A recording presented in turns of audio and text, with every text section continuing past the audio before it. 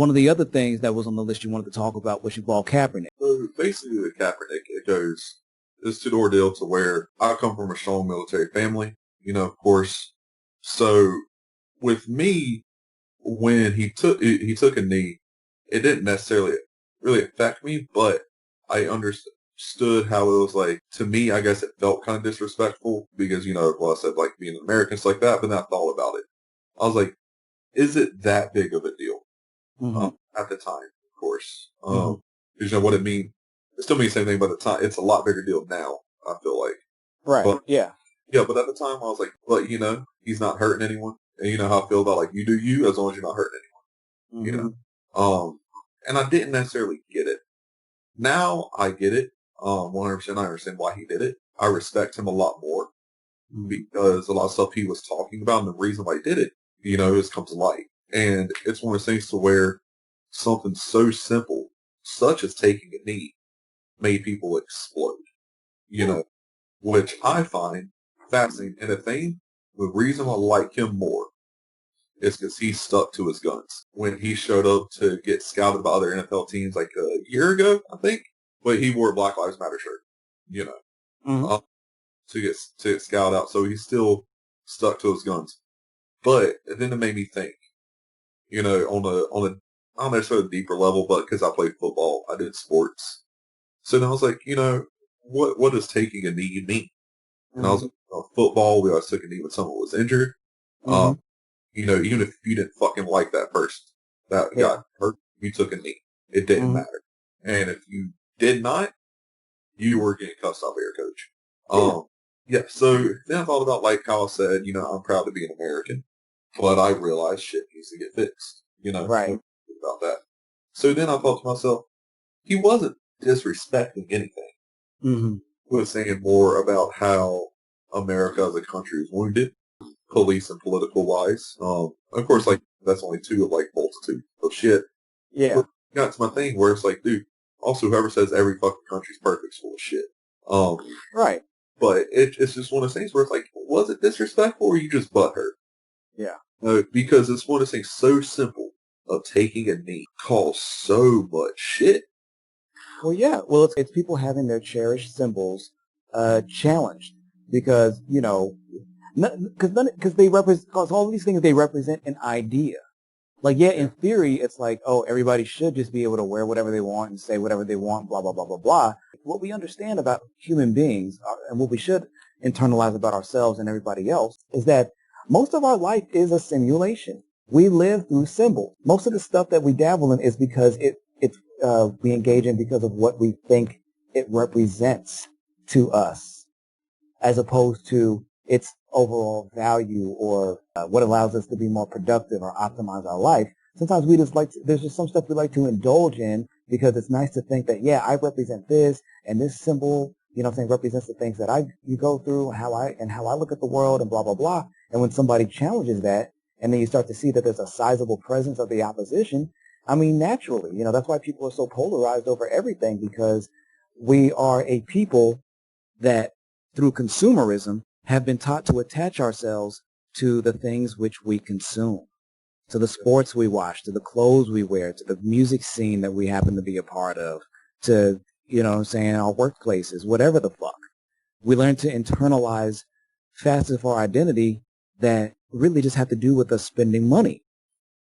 And that's not to say that, and that's not to say that, never spend any money again, or that that means we shouldn't look at symbols at all. But it's like, no, it's like sometimes you have to double check yourself and be like, well, wait a minute, why do I cherish this thing? Or why do I ignore this other thing?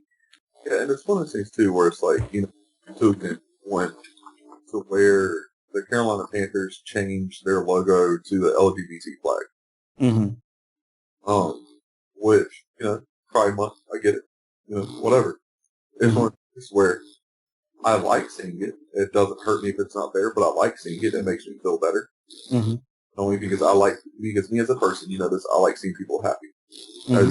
Once again, it goes back to my theory, as long as you're not fucking up someone else's life. Right. You do anything that can make someone else happy in a positive light. But you have people comment and be like, I'm never supporting the Panthers again. That's there's gay people in the NFL. Yeah. Did no one watch the fucking documentary of the home dude, the Aaron Hernandez, Right. where it's like, well, it's one of those things too, where it's like, why does this offend you so much?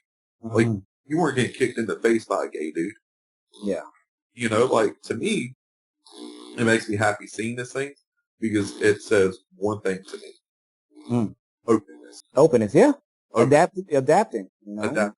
Being open. Mhm. Because it goes to where, like how they think of Kaepernick taking a knee, where it's like, he didn't target anyone. My whole thought process on conversations is opening and expanding one's mind. And maybe he didn't want on that Gonna deeper. bust that mind wide open. Yeah, yeah, yeah. And dude, that's all he did. He never said, fuck you, Black Lives Matter. He never said, fuck you, you're killing us. He never did this stuff. He simply took a knee and played his game. Yeah, and that's what's so funny when you hear people saying that, like, ooh, you know, like Laura Ingraham or whatever. I don't know if she just told him or also King James or King James, LeBron James. See, that's how good the fucking marketing is, because I don't even fucking care about basketball or that, you know, I don't really idolize that nigga and shit, but I'm calling him King James. Fucking hate that shit. But Yeah, I hate LeBron anyways. That's just because I think he's a shitty player. oh yeah, I mean that's fine. You know, see, that's the thing, is that I like the stuff he does off the court. I don't care about anything he does on the court, because the only thing I know about him doing on the court is when he's not doing something fantastic, then he's flopping like a bitch. Well, hang on a second. We'll get back on. I'm gonna transition here to immediately jump back on. This dude, if you look, I don't know if you saw the Instagram post where he congratulated himself. LeBron. It was a picture of him complete like a 3,000 basket or something like that, right? One of the things. He goes, I just want to congratulate you. And it was this whole speech, dude. First of all, I Oh love my. a douchebag. So I was like, you know what? I didn't like you. I hate you. Damn, you made me laugh, and I love that.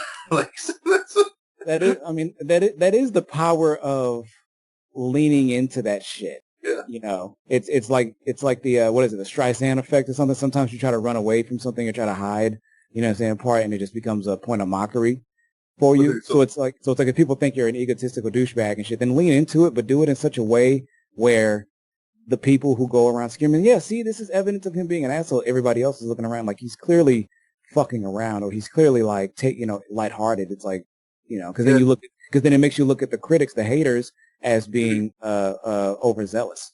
if I ever win an Oscar or anything like that, I'm walking up there. I'm going, I like to congratulate you But for see, it all ain't your. gonna be new. It ain't gonna be new no more. I hope it is. I hope no one does that stuff. That's my time. I want to Kanye it up, buddy. Bruh, the only way you could outdo Kanye at this point is if you genuinely joined, like if you started like a LGBT like Nazi movement that was only into like Uh, crunk core. oh, or I'll start with some cold. We'll see where we're at in a few weeks. No, but to me that's what it's like. You should follow this dude named J-Rag, because all of his aesthetic and shit is like that, like people purposefully mixing up, like, oh, saying that, like, yeah, we're Nazi furries who believe in communal style learning. You know, just basically mixing up all the different types of identities just to fuck with people.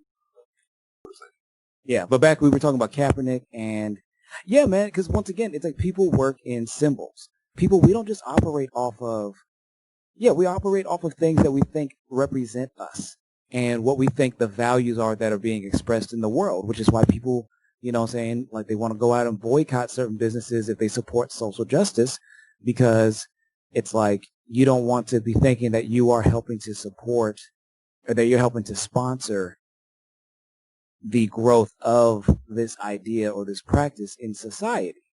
Yeah. You know, when really it's just emotional venting, because a lot of times when you try to cancel people, if it doesn't have like criminal, or cancel a company, if it doesn't have serious criminal litigation to follow, which is pretty rare, Yeah. then it's usually not going to go anywhere. All they got to do is lay low, change their name or whatever the fuck. I mean, hell, it happens anywhere from, you know, a pop celebrity to fucking mercenary groups. You know, Yeah. just let the heat die down, lie low, pay a couple of fines, change your name, and come back better than before. Yeah. So then this is what I'll ask you then, is that not going off of that, like, how do you feel about Chick-fil-A? Uh, so personally, I've never been. I mean, I've enjoyed. You know, I enjoy the food. just out of habit and whatnot, I just never really ate there. So this Yeah. is long before then. Here's the thing. Like, obviously, if they would have kept their mouth shut and not been so vocal about it, then they wouldn't give people a reason to take a stand. Yeah. You know, I ate a Chick-fil-A a couple of times, you know, after that revelation and whatnot. And the only reason I haven't visited back just because, like I said, my taste buds just haven't wanted it.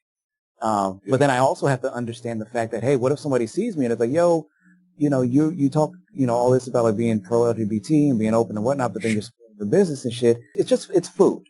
Because if this is the thing that you're upset at, like a company, you know, saying supporting these types of things, well, it's like, I have to break it to you then.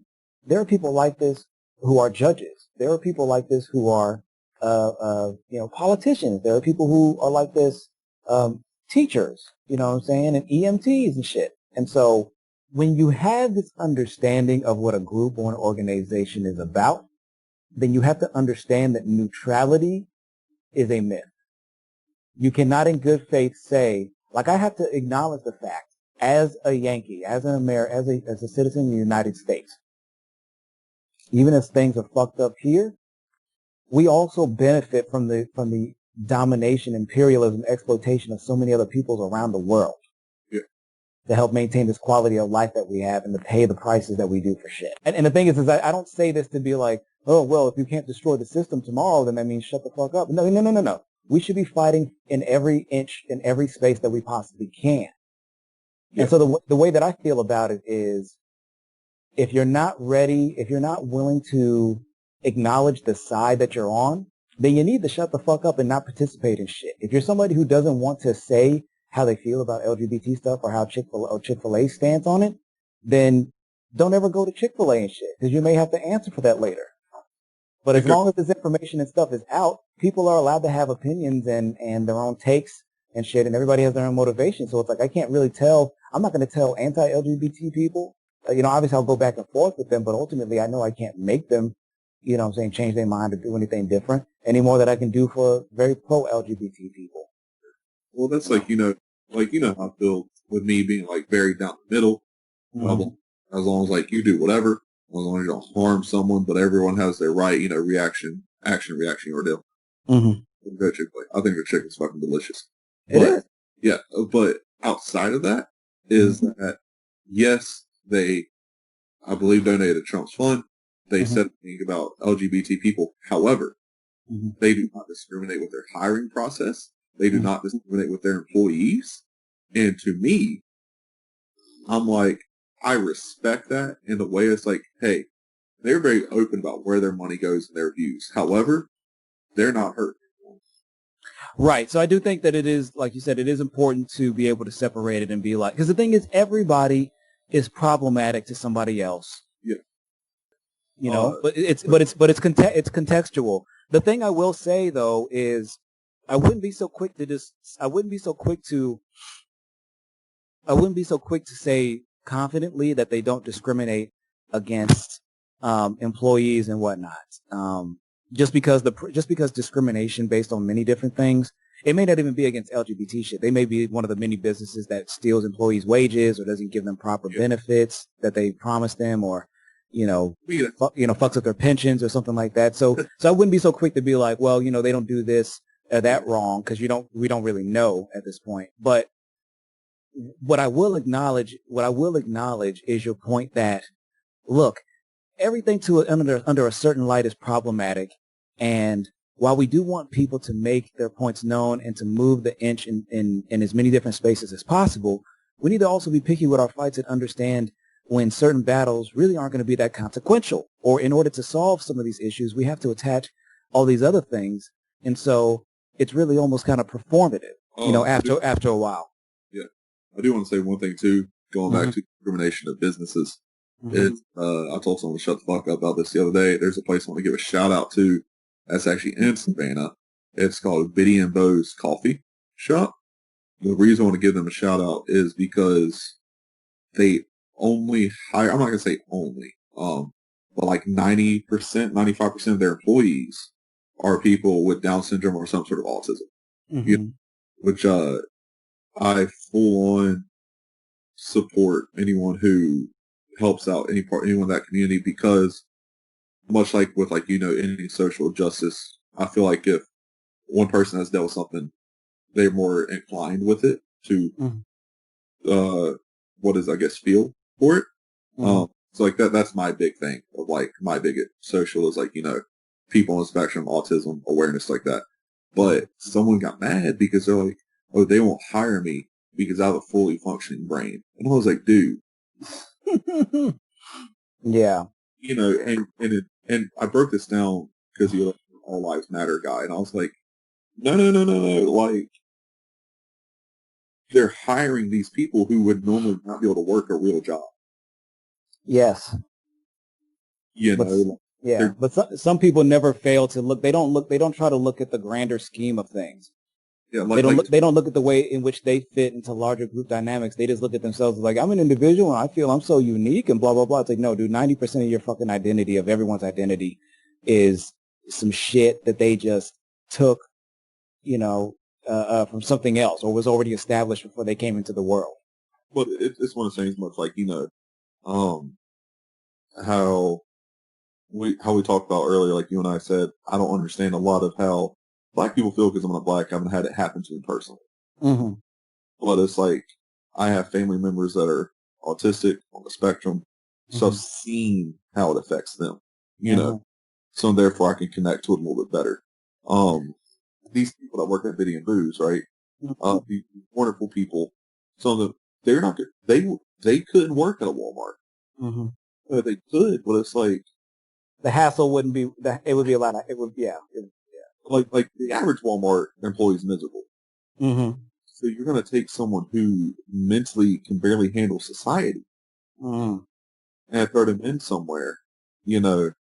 And he's like, well, and so that all ties into where how, all lives matter, Black lives matter. Yes, each thing matters on its own, but it's like, what is the issue at hand? Mm-hmm. You know, Right. Exactly. Yeah. Exactly. It's the same thing with. It's the same thing with any of these identities because obviously the older one is like affirmative action, which, as it turns out, ends up just I think helping mostly white women. Um, yep. when and then also Asians, I guess, are the ones that are typically the most qualified and stuff, but then it gets passed on to white people still. But like with affirmative action, and they would say like, oh, this black person, they took my job and shit like that, or it was just a minority hire. It's like, why is it you cannot believe for 1 second that somebody else What's better?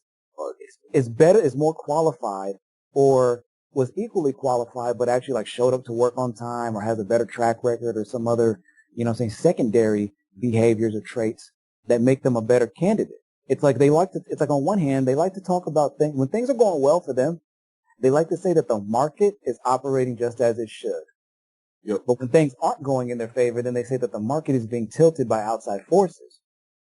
Yep. And it's like, no, the market itself was designed to benefit certain people. Or not even just the market, but like whatever prevailing system. I mean, another good example is like the video game scene or comic book scene, right? Because, all these different artists and stuff are now starting to promote their own work and support LGBT people, support ethnic minorities, support women, support, religious minorities, etc. Right? Yep. And the common complaint, of course, is that, well, they're forcing this stuff and nobody really buys it. It's like, wait a minute, this stuff is setting records, in sales. Yeah. You know what I'm saying? You know what I'm saying? So people want it, and you're just like, well, no, they're for it. It's like, no, it's just because they've been brainwashed the way they've been brainwashed to think this way since they were young and to be, begging for this stuff for years. It's like they keep trying to have it both ways, because Yeah. they really just can't confront the fact that, oh shit, my point of view is no longer the prevailing one, or it isn't the only one that matters.